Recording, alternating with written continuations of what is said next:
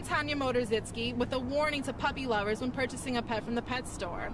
The I-Team has what to look out for next. The reward for finding Kaylin's killer stands at $10,000. Anyone with any information is urged to contact Chicago Police Department. The IRS scam hitting hard this tax season, plus new technology on how to stay safe.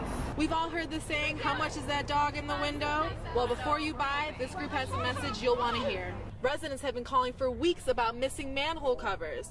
What it finally took for the city to take action tonight at 10. Organization's founder, Chicago Bulls Joe Kimnoa, wasn't able to attend, but his mother took a spot.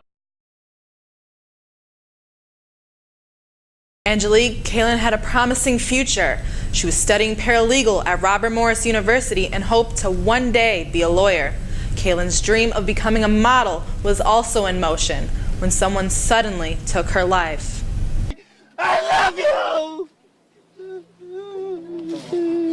A father's scream of pain and hurt for the daughter he lost. Miss you. You hear me?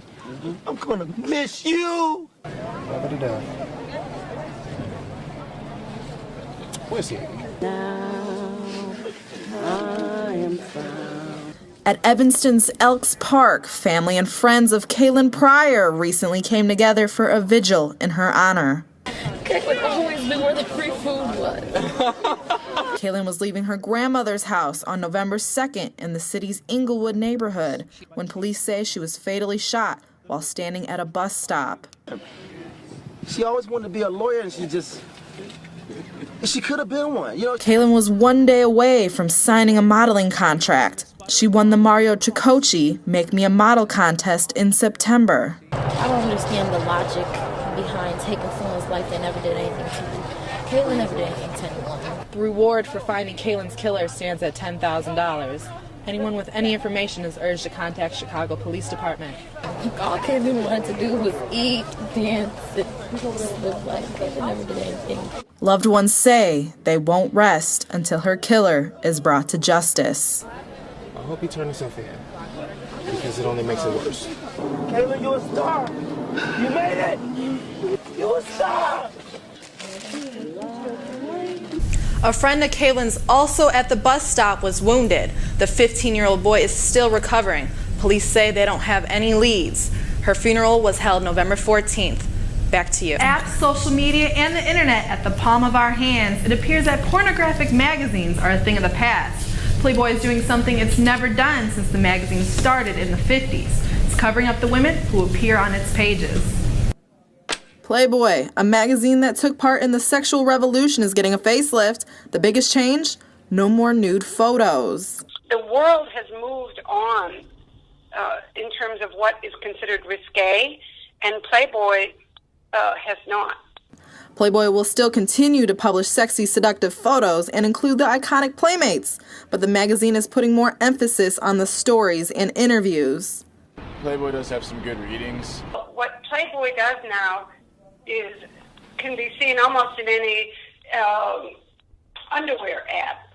The magazine says that for the past year, Playboy has a 400% increase online since making the changes to the website. Looking at Playboy specifically, like a lot of people, it's like their intro to, their own kind of like sexuality and interests, and that's valuable in a culture.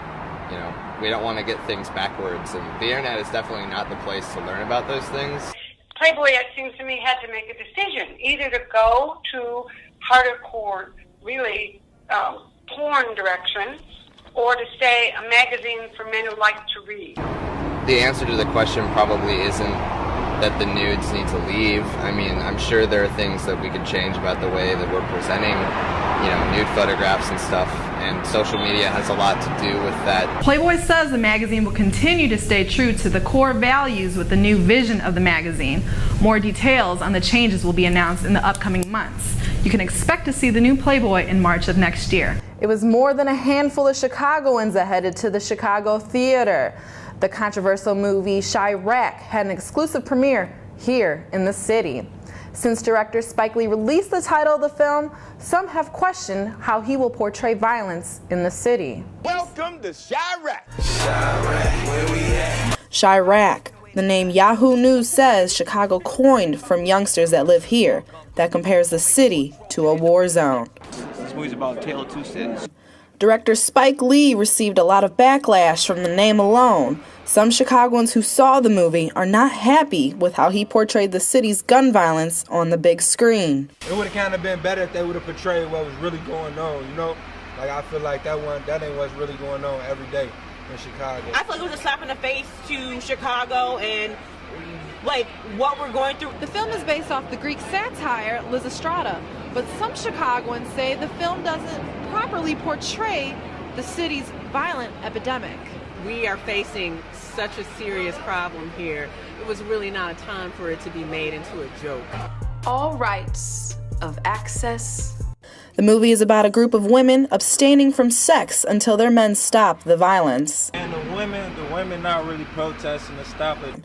The stars of the movie say they don't understand why it's getting so much backlash. When someone is trying to make a difference and a change in their city, what could be wrong with that? And when Spike Lee calls, especially with the mission, you don't turn him down. He called and said he wanted to save lives. I have to say I'm deeply offended that somebody could take the title of the film and try to spin that into some sort of a controversy. The controversy is what is going on in the streets. The film is Amazon.com Studios' first full-length production. Chirac is now playing at select theaters nationwide. That's right, it's time to bust out those scarves and cute fall boots. So I sit on Michigan Avenue where I knew it would be a mini runway show. Outside the fashion building, I noticed these fashion fearless women. Michael George's cute purple loose-fitted pants and boot heels came from the thrift store and spent no more than $10. I definitely think that thrifting is a great way to shop. And that purse? Well, it's from her childhood, but she found herself at Forever 21 spending a couple bucks on her crop top. Take a closer look at Mariah Morris's dress. It's actually her dad's shirt. My dad was giant, he was 6'8", so it's a dress. With choker necklaces back in style, Morris says she's been wearing them since senior year in high school. Her influence? Like the 90s. Jelani Smith took her fashion sense to H&M and bought this adorable camouflage dress. Her accessories are Betsy Johnson, which is also her fashion inspiration. These bright Roche running shoes are $80. Apparently, thrifting is the new black because they all highly recommend it. So if you're looking for that perfect fall football game outfit, thrift stores, H&M, and your dad's closet. For Fashion Columbia Style, I'm Tanya Motorzitsky. Back to you.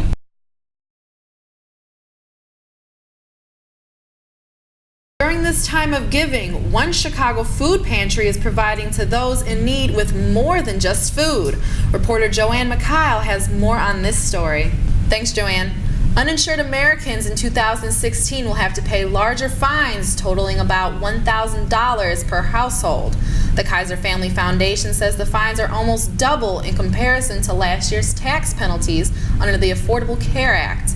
The rising health insurance penalties are meant to persuade the remaining 10 million uninsured Americans to sign up for health coverage. The annual CTA Holiday Train is back this year, and hundreds are lining up for a ride. The holiday train features 6 cars with thousands of colorful lights and holiday decorations. Employees say the train has become a Chicago holiday tradition, with people coming from all over the city just to see Santa. The full schedule of the holiday train is available on the CTA's website. Injury woes continue for the Chicago Bulls star player. For the last couple of seasons, Chicago Bulls guard Derrick Rose has been known for being injury prone. This season has already gotten off to a rocky start with yet another injury under his belt. Reporter Jeremy Jara has more on this story. Jeremy? Hey Twitter users, you may be seeing some changes to the social media platform now that there is a new CEO. Jack Dorsey, who is also the CEO of Square, a mobile payment startup that he created, actually became CEO 3 months ago. However, the announcement was recently shared with the public. Dorsey shared on his personal Twitter account that Twitter stands for freedom of expression and empowering dialogue. Thanks, Michael. Listen up, fall lovers and movie buffs. It's the beginning of the month, so that means your favorite go-to streaming sites release their October playlists. Whether you stream with Netflix, Hulu, Amazon Prime, or HBO, you are sure to find that perfect scary Halloween movie. Whole Foods Market announced that it will lay off 1,500 people as a part of an effort to lower prices. Laid-off employees can apply for open positions at other Whole Foods stores if they wish. The company will make up some of the salary difference if they land a lower-paying job. Employees who choose to accept their layoffs will be severance pay. Employees will also receive an extra payout of 8 weeks' salary if they agree not to reapply at Whole Foods for 6 months.